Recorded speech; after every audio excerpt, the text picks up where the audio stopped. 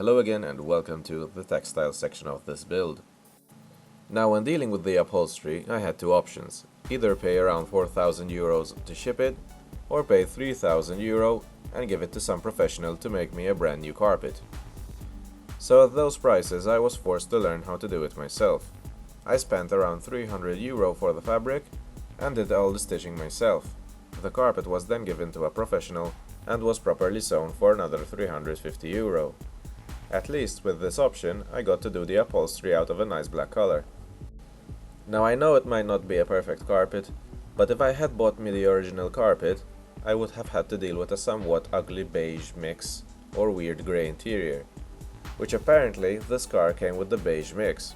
However, I always thought it was a shade of olive green. So yeah, the old upholstery turned out to be that bad. This was a challenge beyond my expectations, but not necessarily overwhelming, because my mother used to work as a tailor, and when I was a child she used to keep me occupied by teaching me how to sew a couple of coin purses, or some trousers, and maybe letting me use the sewing machine from time to time, which it seemed to mysteriously break every time I made use of it. But that was a long time ago. So from knowing how to sew a couple of clothes, it's still a far cry from creating an entire carpet upholstery without any blueprints. And the factory pieces come with a molded setup designed to fit the floor panels, so this was going to be a tough one to create. Also, the sewing machines my mother has are no match for the required fabric, because to sew such a carpet I would require heavy-duty industrial equipment, so I sought out some help from professional upholsterers. However, no one was going to come to the garage and do the work there. Everyone required me to take the car to their shop, but I wasn't willing to do so. So I had to do most of the job myself and leave the final sewing stages to the professionals. Now, the first thing I've learned, which really caught me off guard, was that to work on a car upholstery you need to be physically strong, because the fabric is very tough to handle.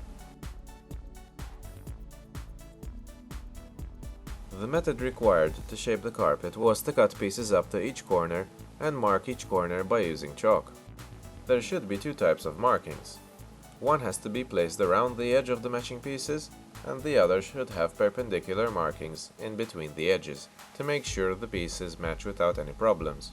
The tedious part is that each piece had to be stitched and then properly sewn before tackling the next piece to be added. This is because each time the fabric is sewn, the fabric tends to pull and becomes tougher to handle, so there will be variations in length and it will need to be readjusted.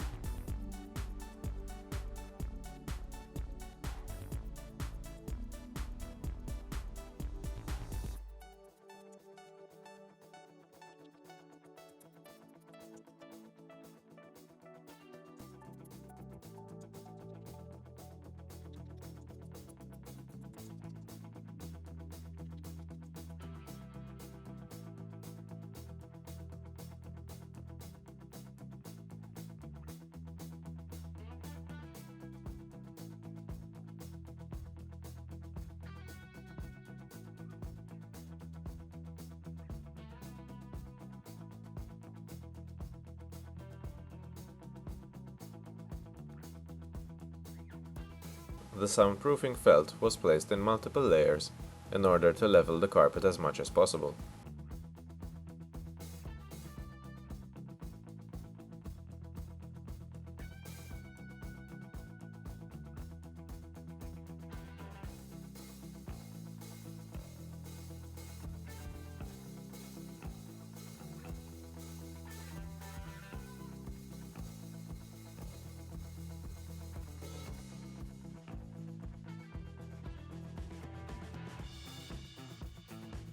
Now this might not look that neatly sewn, but given the situation, this is the best I can come up with.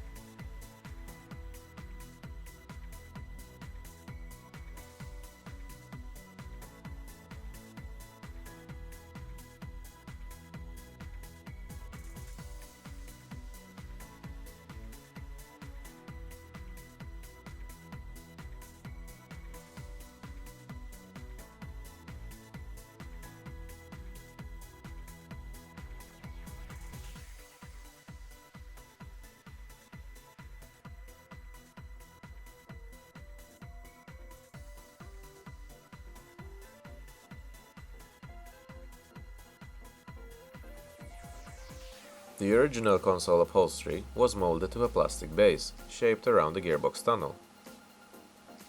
Now my take on this was to fabricate a custom panel so that I can secure the carpet onto it.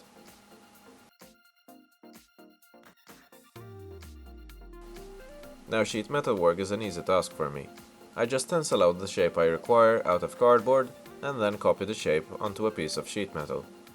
And add some extra metal to create a flat hemming, so I can reduce the effect of the metal being flimsy.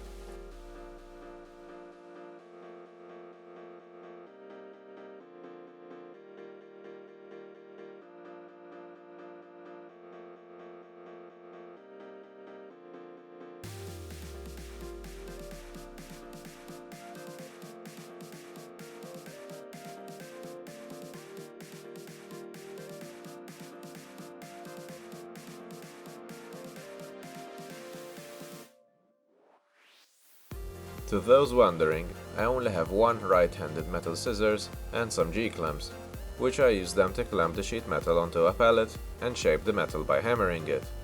Although having a proper anvil and a bending machine would have been nice.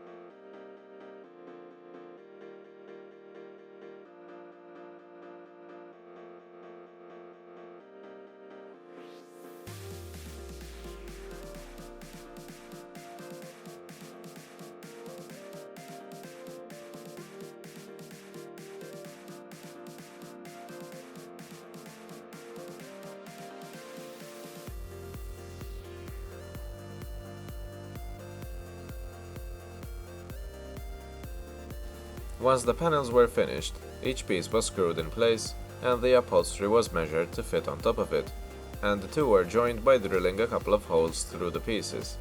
A couple of plastic clips were inserted to hold the two materials together.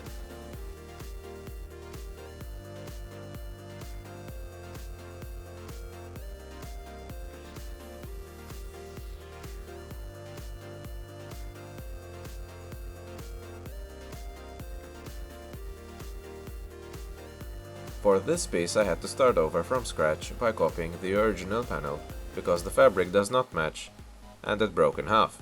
The hardboard can be re-glued and strengthened, but at this point it is easier to start over. So the shape was stenciled onto the new hardboard and cut by means of a jigsaw, using very fine teeth, to not damage the board unnecessarily.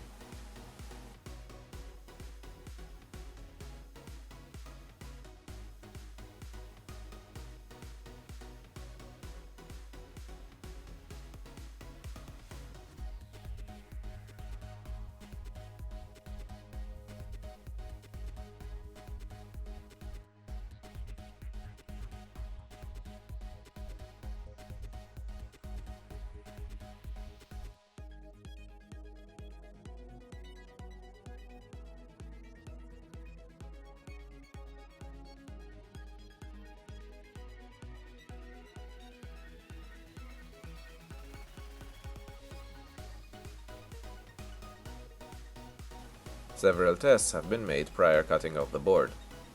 I have started off by using plywood, but that was a total failure, because that kind of wood does not like to flex and it tends to peel off when cut using the jigsaw. So having experienced all these issues, I switched to the proper material to use and opted for the hardboard, which can be easily filed smooth by means of a rasp file tool.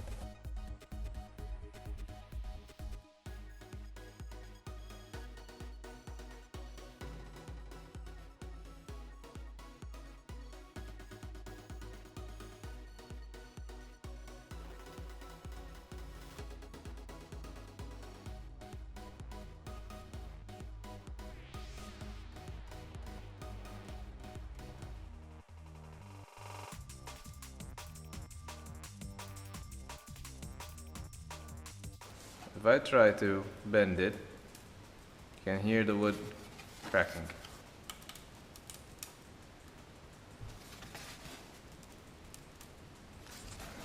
And it snaps quite easily. Whereas for this one, it breaks in half. But on contrast, it can bend till here without nothing happening. See?